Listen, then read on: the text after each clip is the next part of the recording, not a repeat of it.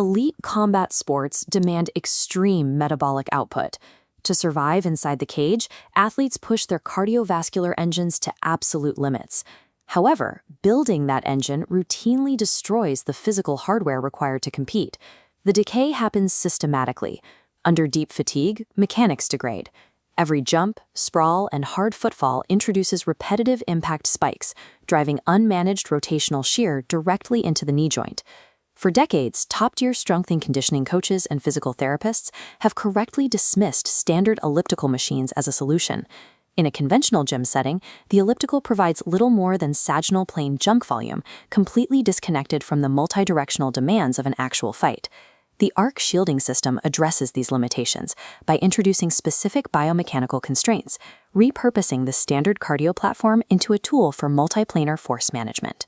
To extend an athlete's career, we have to sever the link between metabolic conditioning and cumulative microtrauma. The objective is to create an environment where the athlete can hit maximum cardiovascular output completely free of chaotic, joint-degrading impact. This highlights the first mechanical rule. The athlete's foot movement is strictly restricted to a rigid 10 to 2 o'clock arc on the moving pads. Within this alignment, the user applies a heel-driven anchor, driving downward pressure exclusively through the back of the foot pad. Enforcing this strict heel-driven mechanism establishes a vertical tibia alignment. This geometry physically blocks the knee from entering the vulnerable angles where ligament shear actually occurs. Once the knee is secured, the system introduces elevation. By manipulating the machine's cross-ramp angle, the equipment simulates the multi-directional vectors and leverage demands of real athletic footwork, level changes, and sprawling. Combining the ramp manipulation with the restricted arc and the heel-driven anchor creates a highly stable, closed-chain kinetic environment. By hacking the underlying geometry of the elliptical, the protocol safely exposes the knee to controlled rotational loads. The athlete builds deep structural resilience and torque management, avoiding the heavy mechanical tax of hard surface running. This matrix isolates exact injury vectors, starting with non-contact ACL ruptures. The vulnerability is dynamic valgus, the knee caving inward, with internal rotation. To immunize the joint, the medial arc phase shifts loads between 9 and 12 o'clock, forcing the athlete to actively manage tracking. The anatomical countermeasure happens in reverse. Reverse pedaling forcefully recruits the hamstrings. As the hamstring contracts, it physically pulls the tibia posteriorly, functionally sharing the mechanical load that would otherwise tear the ACL. We are not simply strengthening the leg. This is targeted neuromuscular encoding. We train the nervous system to fire the hamstring and brace the ACL precisely when the knee is forced into an unstable valgus position.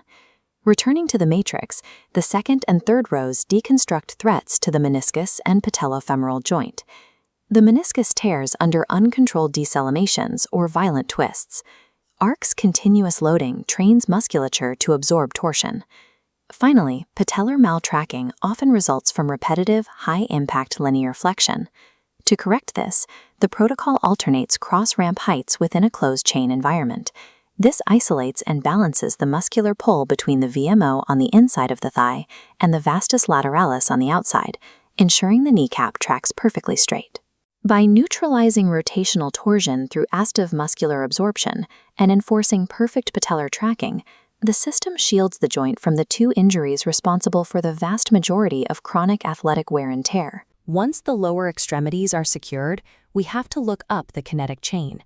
The force generated by the feet and knees travels upward, and the trunk must manage those vectors. This schematic visualizes the cup of water stability test.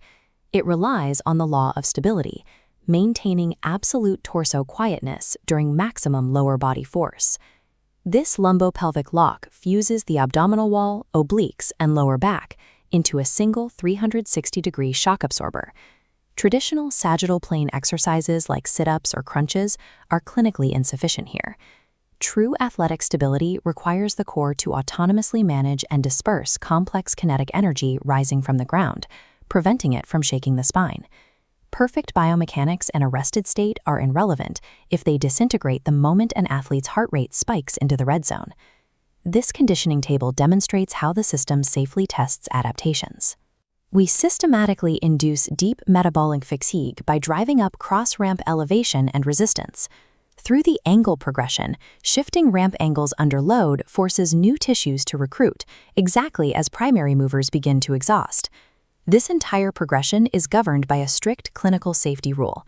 Any onset of sharp pain, instability, or catching triggers an immediate regression in load. We never force metabolic output at the expense of collapsing mechanics.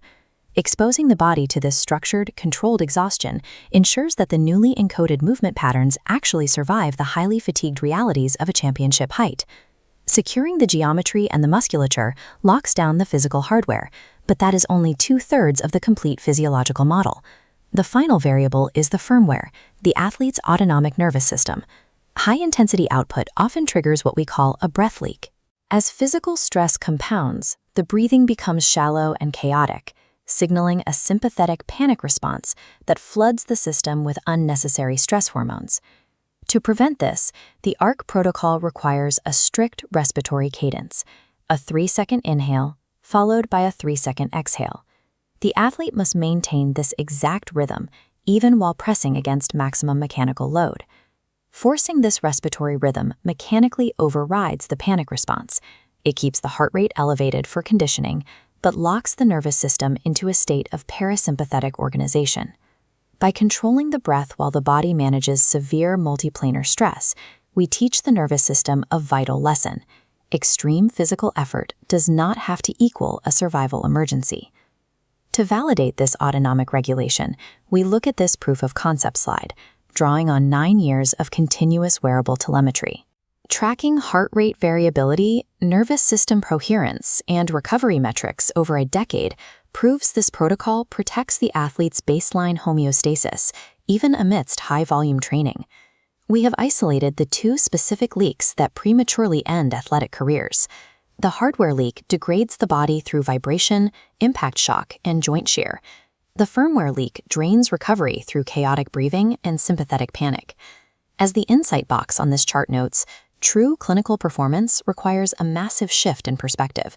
We have to move away from celebrating single diagnostic snapshots, like a temporary maximum heart rate, and begin mapping continuous physiological regulation.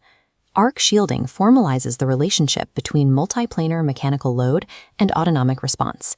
By systematically targeting the stressors that truncate an athlete's career, the protocol provides a scalable framework for sustained structural health.